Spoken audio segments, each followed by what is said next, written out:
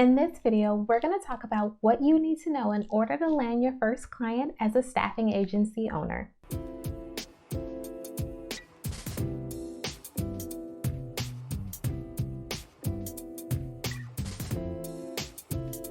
Hey, what's up YouTube? It's Natasha, the business recruiter. Welcome back to my channel. So when it comes to starting your own staffing agency, it's important to understand that there's going to be a couple factors that you're going to want to take into consideration when you're thinking about going through that process to turn a prospective client into an actual client for you. And part of that is going to be the intake meeting that you're going to complete with that prospective client. This is really your opportunity to learn exactly what you need to know about the company, the requisition, as well as their overall processes and systems in order to assist with moving that individual from a prospective candidate to a contract employee or temp employee with that organization. The first thing that you're going to want to understand is, what are you actually filling? What are those roles or what are those requisitions that you're going to be working on? And ultimately, you want all of the details that are going to be associated with those recs. How long have the recs actually been open? How many individuals are you going to need to fill those requisitions? Is it multiple requisitions, meaning multiple positions that you're looking to fill, or is it just under one job family? And ultimately, this can then help you to determine what are the hiring needs and or landscape of these particular roles. Is it going to be easy for you to be able to find talent, or is it going to be harder? All of these are components that are going to be extremely important for you in determining if this is actually something that you want to take on. Next, you're going to want to understand what their interview process is going to be. Even for temp or contract roles, it's important to understand that there's going to be some form of an interview or pre-screening that's going to be associated with those individuals before they actually start work or are selected to start work. So you want to understand what that process is going to be. Now, most of the time, the staffing agency is going to lead on a lot of that work in terms of the pre-screening as well as doing any pre-interviews prior to then that individual starting on a temp or contract basis with your client. But you want to understand what their process is and if there's any additional steps that need to be taken into consideration. Ultimately, this is going to be important for you because you're going to want to relay this information to any prospective candidates that may be interested in filling those roles on a temp or contract basis. Next, you're going to want to understand what are some of the challenges that that particular client may be facing. Why are these temp or contract roles even open in the first place? What are some of the challenges that maybe they've experienced in the past in terms of being able to retain talent associated with it? Now, this might not be an indicator that the organization has any type of retention issues. It could also be a cost optimization strategy for the organization, meaning that it's going to be cheaper for them to have temporary or contract staff versus taking on full-time employees. But you want to be able to understand what that landscape looks like and ultimately if there's any challenges that are going to be associated with it. Now, I know that I've shared a lot of information so far. If you're enjoying this video, then be sure to go down below, hit that subscribe button as well as that bell so that you can get notified of all of my videos that do drop weekly. Okay, finally, you're going to want to understand what are maybe some of the staffing organizations or staffing agencies that they have worked with in the past and why did those relationships not work. Now, this can definitely be very telling in terms of you understanding what were some of the components that made those staffing agencies ineffective, or was it actually your prospective client or client that was ineffective? Collecting all of these details from the very beginning is going to help you to determine if this is even a client that you want to take on and that you want to work with. Understanding what the dynamics of those relationships were is going to be helpful for you from a long-term perspective. Now, your client might not actually be very forthcoming if there was an issue on their end,